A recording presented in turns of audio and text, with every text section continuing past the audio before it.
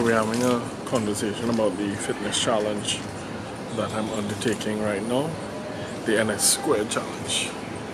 Never submit, never surrender. So, first off,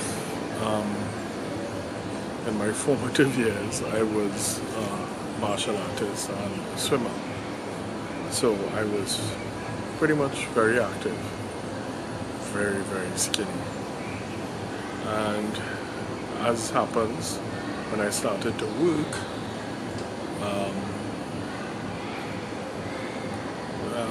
fitness became less of a priority. You know, you're making money now, so you want to go out online and party and drink and, you know, socialize and eat copious amounts of food and drink at all hours of the day and night. So over the years, obviously, as you would know, excessive calories means the body has to do something with it, and what the body does is store it as fat.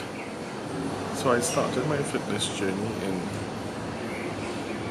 2015, and I chose to do weightlifting because a good friend of mine was into bodybuilding and he said, come on board, so I did it. Now, what I've learned over the last 2 years, nearly 3, is that in order for fitness to work, you have to look at all of the components of it.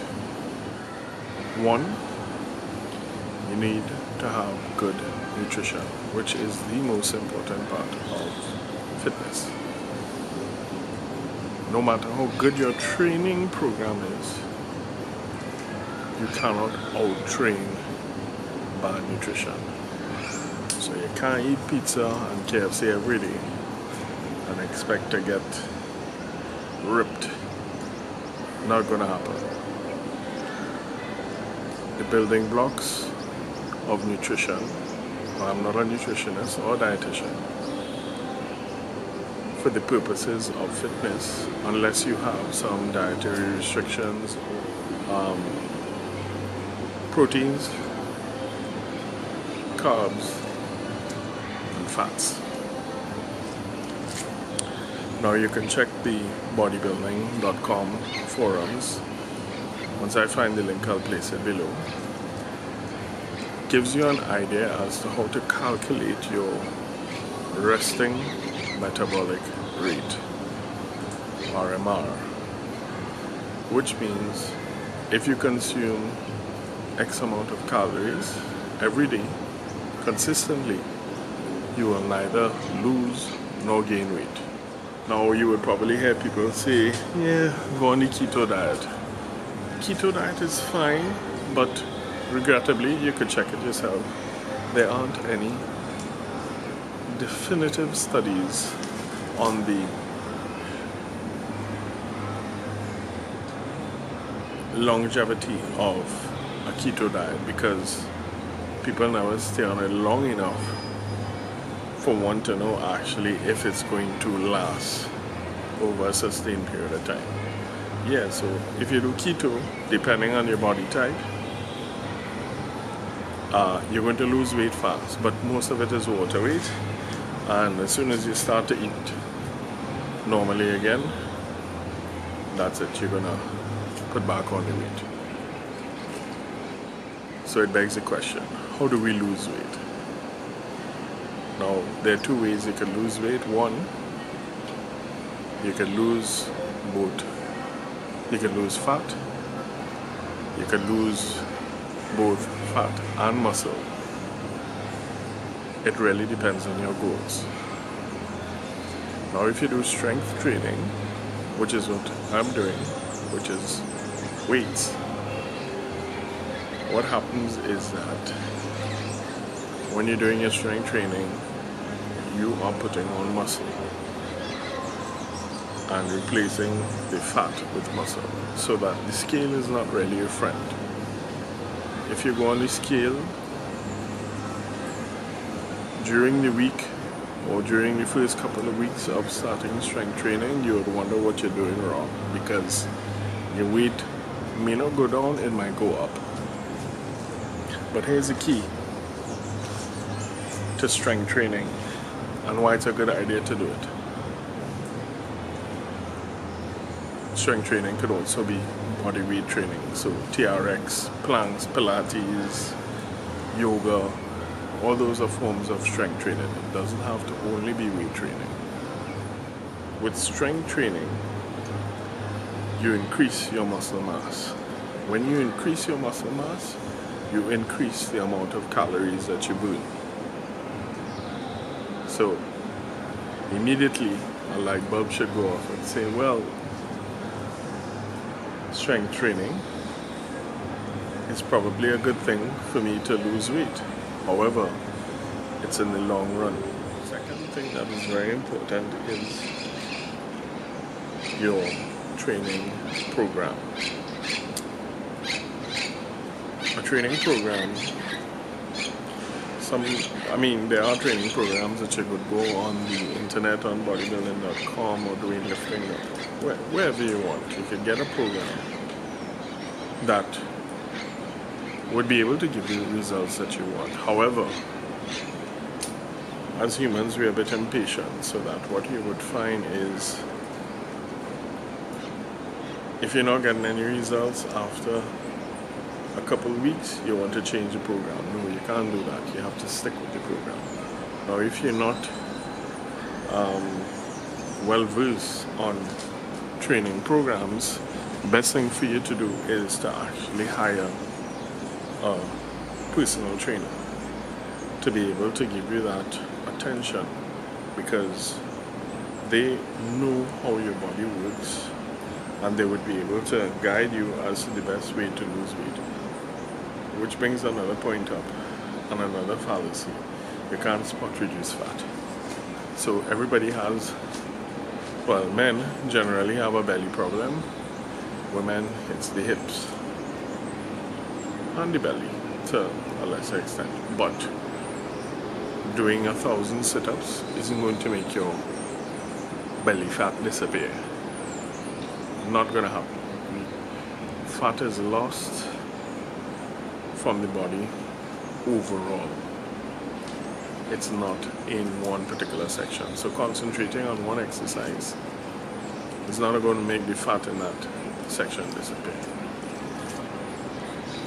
So having said that, what I've started to do is I actually I've been able to calculate my resting metabolic rate.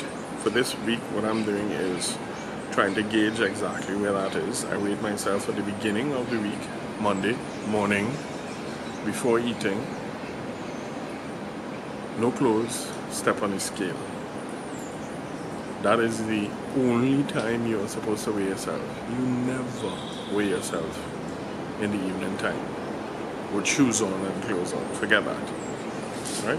Having said that too, you never weigh yourself every day, because you're going to get depressed, because your weight fluctuates on a daily basis. So you may weigh more in the evening as opposed to the morning time. Right? So I weigh myself in the morning. I did that on Monday, and what I've done is, well, you saw my grocery haul. I am attempting to hit a specific target of calories broken down into proteins, fats, and carbs for myself. And I'm going to review it next week to see where my weight is at. Now,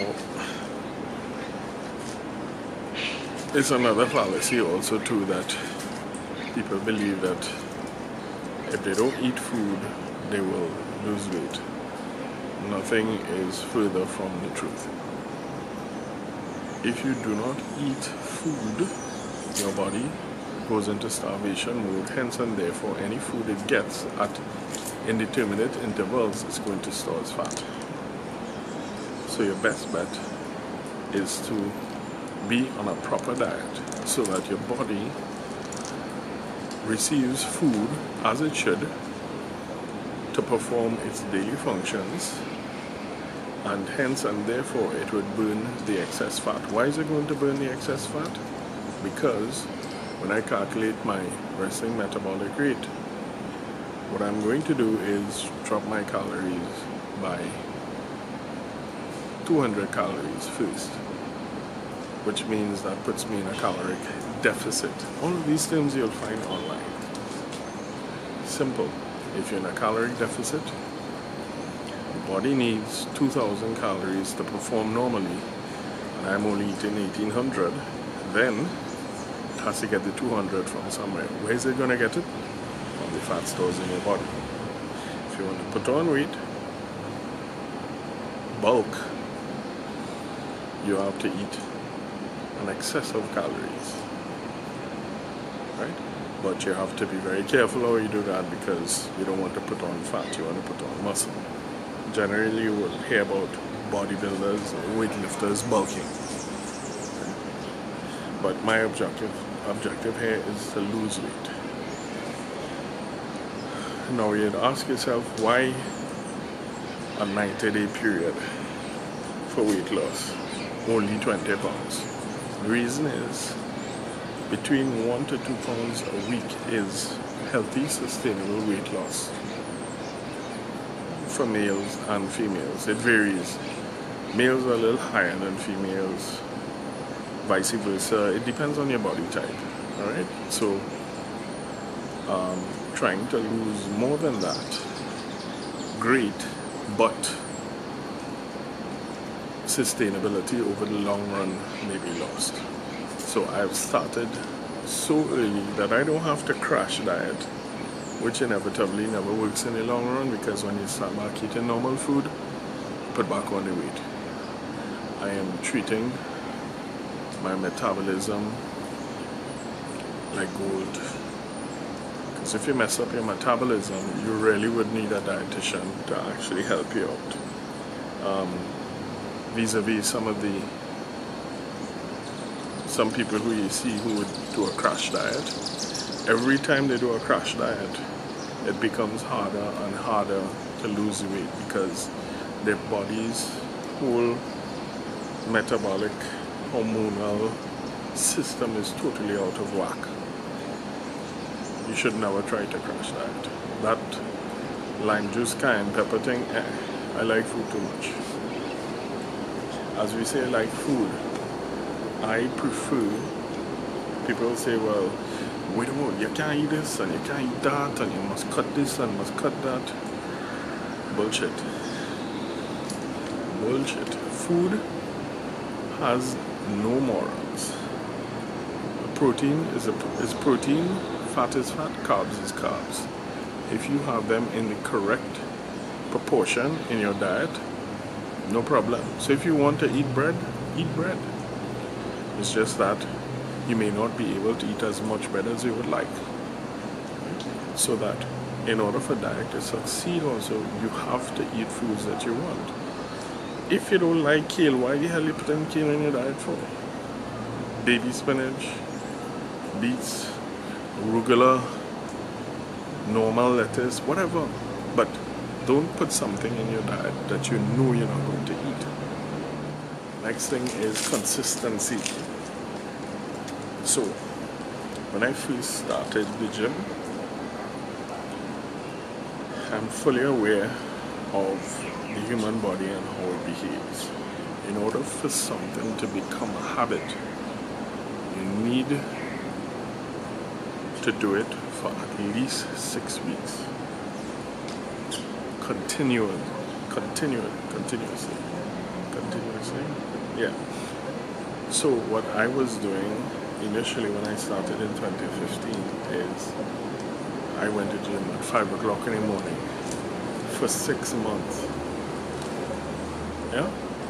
So that what happened then, yes, it was an effort, it was difficult, and battery just died. Yeah, so as I was saying,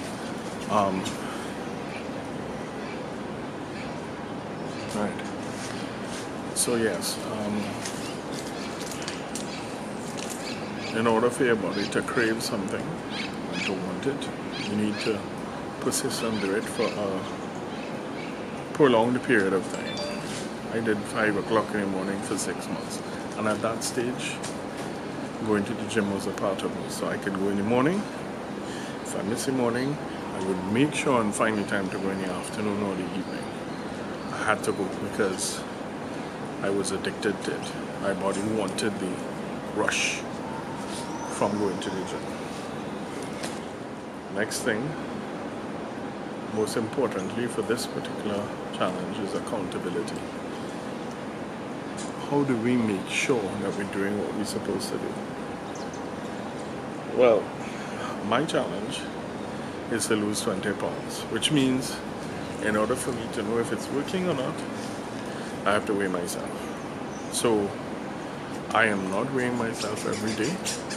I'm going to weigh myself once, maybe twice a week. So on a Monday and on a Friday morning, only in the morning before breakfast, naked as a born, step on the scale barefoot. Don't go and use the scale in the gym to confuffle yourself. Scale in the gym will be wrong. Look how many people stand up on that scale. It had to be off. So I actually made a log. I use a program called MYFITNESSPAL, which I will pop up on the screen somewhere here. I use MYFITNESSPAL to track my caloric intake. It's a free app available for both Android and Apple. Basically, the foods that we consume are in a database. You just search for the particular food, or you use the barcode on the actual food itself, and it will pop up and tell you what calories that one serving would give you, and it breaks it down into protein, fats, and carbs. Also the micronutrients. Now the micronutrients are important, however, unless you have a specific goal because of dietary restrictions, if you eat proteins, carbs, fats, and your salads, you should be fine. But again, you need to check your nutritionist. I am not a nutritionist, so they would know exactly what you need to eat. And although I may put my macros here, you is not to follow it. Those are the macros for me. Those aren't the macros for anybody else. They won't work because a person who's 120 pounds can't use my macros. I'm 300 pounds. Not possible, right? Because you can't eat as much food as I can, right? So I'm thinking, yes, well, I'm a techie, so my log is an Excel spreadsheet with the dates marked down on it. So I will have the wheat, and every Monday, I think, every Monday, definitely. And then I'll step it up as I move closer to the goal. I'll step it up, probably do it twice a week. I will weigh in twice, Monday and Friday. But yes, important, cardio. Now this is a very hot topic because people would say, you want to lose weight, you have to do cardio.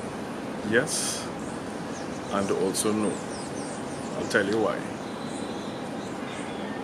Steady state cardio, which is what everyone is accustomed to doing, which is running around the savannah. Yeah, so as we were saying, steady state cardio, which is what most of us do.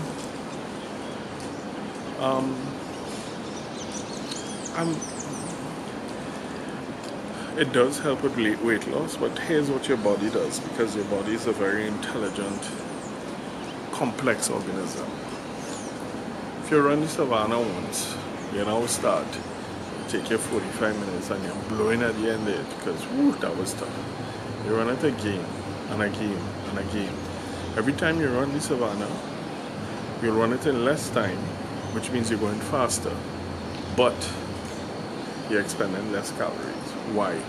Because your body is a survivalist. So it is trying its utmost best to lose as little calories as possible, or expend as little calories as possible when doing a particular task. So it's being more efficient. Every time you do it, it gets more and more efficient. So if you start running Savannah now, in 2 weeks you can't do one Savannah to get the same caloric output. You need to do 5 Savannas because your body is accustomed to one Savannah by now, right?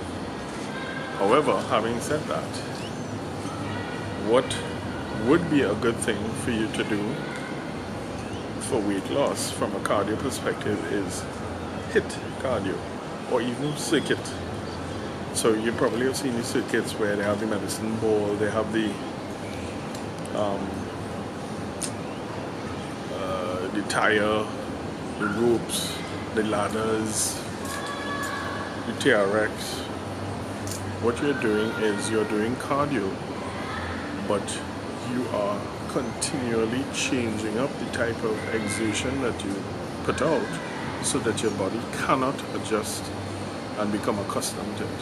Hence and therefore, you will lose weight, right? Or you might see, like me, see me doing those crazy football drills, right? And every time I go, I do something different, because if I do the same thing every single time I go, then my body is going to become accustomed to it, and I would lose the effect of doing the cardio,